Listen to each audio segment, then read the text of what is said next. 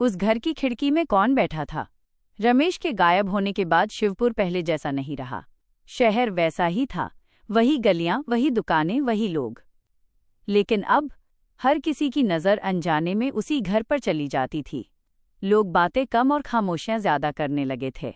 Police ने रमेश के घर की जांच की। घर के अंदर सब कुछ वैसा ही था जैसा रोज रहता था। बिस्तर ठीक था, रसोई में बर्तन धुले हुए थे, दरवाजे पर किसी जबरदस्ती के निशान नहीं थे। बस एक बात पुलिस को भी अजीब लगी, दरवाजे का ताला अंदर से बंद था। मोहन उस दिन पहली बार पोस्ट ऑफिस नहीं गया। वो रमेश के घर के सामने काफी देर तक खड़ा रहा। उसे लग रहा था जैसे रमेश अभी दरवाजा खोलेगा और कहेगा, बस ऐसे ही बाहर चला गया था। लेकिन दरवाजा नहीं खुला। रात होते होते शिवपुर की हवा और भारी हो गई। करीब 11 बजे मोहन ने हिम्मत करके खिड़की से सामने वाले घर की तरफ देखा। आज पीली रोशनी कुछ ज्यादा तेज थी और खिड़की के सामने 4 कुर्सियां रखी थीं। 4। मोहन ने खुद से कहा, कल तो 3 थीं। उसका गला सूख गया, क्योंकि चारों कुर्सियां एक ही दिशा में रखी थीं, उसकी तरफ। उस रात मोहन सो नहीं पाया। हर थोड़ी देर में उसे लगता जैसे कोई घर के अंदर चल रहा हो। लकड़ी के फर्श पर हल्की सी चरमराहट, लेकिन जब वो उठता सब शांत। अगली सुबह मोहन सीधे पंडित हरिदत्त के पास गया। हरिदत्त शिवपुर का सबसे पुराना आदमी था।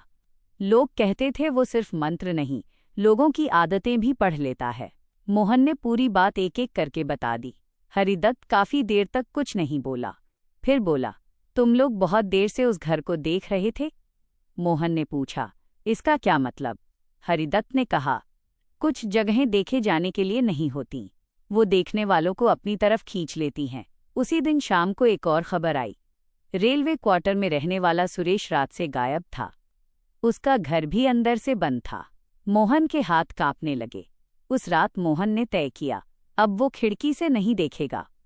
उसने पर्दे खींच दिए, लाइट बंद कर दी, लेकिन फिर भी उसे महसूस हुआ जैसे कोई उसे देख रहा हो। अचानक खिड़की के बाहर हल्की सी खटखट की आवाज आई। मोहन ने सांस रोक ली और तभी एक धीमी आवाज, हम तुम्हें देख रहे हैं। आवाज एक नहीं थी, कई थीं। हिम्मत जुटाकर मोहन ने पर्दा थोड़ा सा हटाया। सामने वाले घर की खिड़की में अब 5 कुर्सियां थीं, लेकिन इस बार एक कुर्सी पर हलचल थी।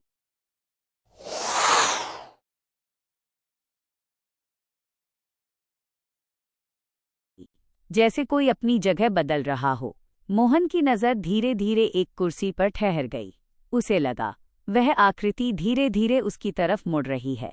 मोहन ने आंखें बंद कर लीं और तभी उसके कानों में एक वाक्य गूंजा, जो देखता है वो अगला होता है। उस रात मोहन ने घर नहीं छोड़ा।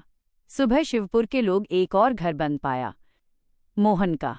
और सामने वाले घर की खिड़की में अब 6 कुर्सियां रखी थीं, लेकिन आज एक कुर्सी खाली नहीं थी। उस पर मोहन बैठा था, या शायद बस उसकी जगह। अगर आप जानना चाहते हैं कि ये कुर्सियां आखिर किसके लिए हैं और क्या कोई इस घर से कभी बच पाया है, तो इस कहानी का अगला भाग जरूर सुनिए। अनकहे किस्से कल रात 10 बजे भाग 3, क्योंकि कुछ जगहें लोगों को नहीं, आदतों को कैद करती हैं।